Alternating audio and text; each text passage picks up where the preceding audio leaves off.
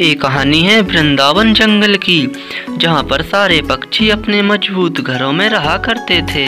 उसी जंगल में एक टोनी नाम की गरीब चिड़िया एक पेड़ की डाल पर रहा करती थी। उसका ना तो कोई घर था और ना ही कोई परिवार था, वो बिल्कुल अकेली थी। उसकी इस मजबूरी के कारण उसकी कोई भी पक्षी मदद नहीं करता था। इन दिनों बारिश का मौसम आने वाला था। सारे पक्षियों ने अपने अपने घरों को मजबूत कर लिया था ताकि बारिश के समय उनको कोई भी परेशानी का सामना ना करना पड़े। एक दिन टोनी चिड़िया एक डाल पर बैठी हुई थी, तभी उसके पास कुछ पक्षी आते हैं। अरे पक्षियों देखो, एक गरीब चिड़िया कैसे एक डाल पर अपनी जिंदगी बिता रही है। इस चिड़िया की इतनी औकात कहाँ की है अपना घर बना सके।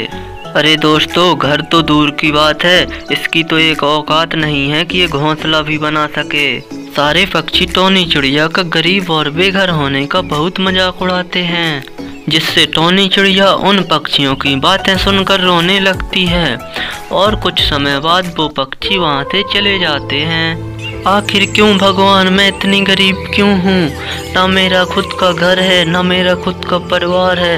आखिर क्यों भगवान, क्यों? मैं ही इस संसार में अकेली हूँ। मेरी गरीबी का सारे पक्षी मजाक उड़ाते हैं। बेचारी टोनी चिड़िया उसी डाल पर बैठकर अपने भाग्य को कोसने लगती है और देखते ही देखते रात हो जाती है और टोनी चिड़िया उसी डाल पर सो जाती है। तभी आवाज के साथ जोरदार बारिश होने लगती है और सारे जंगल की डालियां टूट जाती हैं। टोनी चिड़िया भी जिस डाल पर बैठी हुई थी वो डाल भी टूट जाती है और नीचे टोनी भी गिर जाती है, जिसके कारण टोनी को बहुत चोट लग जाती है और फिर सुबह हो जाती है। टोनी चिड़िया उसी पेड़ की डाली पर नीचे दबी थी। अरे दोस्तों देखो, इस चिड़िया को कैसे मटका खा के पड़ी हुई है जमीन पर। इसीलिए कहते हैं पक्षियों को अपना घर मजबूत बना लेना चाहिए। अरे कोई मेरी मदद करो, मेरे पैर में चोट लगी है, मुझे बहुत दर्द हो रहा है, मुझे दर्द से निकाल दो। अरे चल भाग, तुझे छुएंगे तो हमारे हाथ भी गंदे हो जाएंगे। सभी पक्षी टोनी का मजाक उड़ाकर वहां से टोनी को उसी हालत में छोड़कर चले जाते हैं। बेचारी टोनी चिड़िया बड़ी मुश्किल से वहां से निकलती है और वो वहां से उड़कर एक दूर पेड़ की डाली पर बैठ जाती है। सारे पक्षियों ने ठीक ही कहा था, मुझे एक अपना पक्का मकान बना लेना चाहिए, नहीं तो बारिश में तो हालात खराब हो जाएगी।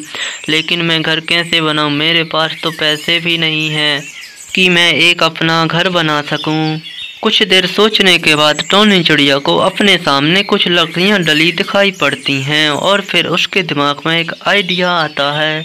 अरे वाह, यहाँ पर तो बहुत सारी लकड़ियां डली हैं, क्यों ना मैं इन लकड़ियों से अपना एक पक्का घर बना लूं, जिससे मुझे बारिश में अपना सर छुपाने के लिए जगह मिल जाएगी। टोनी चिड़िया लकड़ियां इकट्ठा करती है और अपना घर बनाने लगती है। कुछ दिनों की मेहनत के बाद उसका एक घर बन जाता है और टोनी चिड़िया आराम से अपने घर में रहने लगती है। कुछ दिन बाद जंगल में बहुत तेज तूफान आता है, जिससे सारे पक्षियों के मकान टूटकर गिर जाते हैं और चकनाचूर हो जाते हैं। सारे पक्षी बहुत परेशान थे।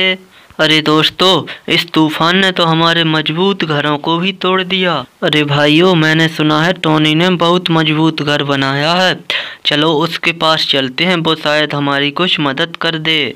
और सारे पक्षी टोनी के घर पहुंच जाते हैं। अरे टोनी, तेरा घर तो बहुत मजबूत है, हमारा घर तो बारिश में टूट गया, तेरे घर को तो कुछ भी नहीं हुआ। हाँ टोनी, हमने तुम्हें बहुत बुरा भला कहा, तुम्हारी कभी मदद नहीं की, प्लीज़ हमें माफ़ कर दो। आज के बाद तुम्हें कभी बुरा भला नहीं कहेंगे, हमें प्लीज़ अपने घर में रहने दो, हम पक्षी कहाँ जाएंगे। कोई बात नहीं दोस्तों, तुम्हें अपनी गलती का एहसास हो गया, मेरे लिए इतना ही काफ़ी है। आ जाओ दोस्तों मेरे घर में। फिर टोनी सभी पक्षियों को अपने घर में बुला लेती है और सारे पक्षी एक साथ मिलजुल कर रहने लगते हैं।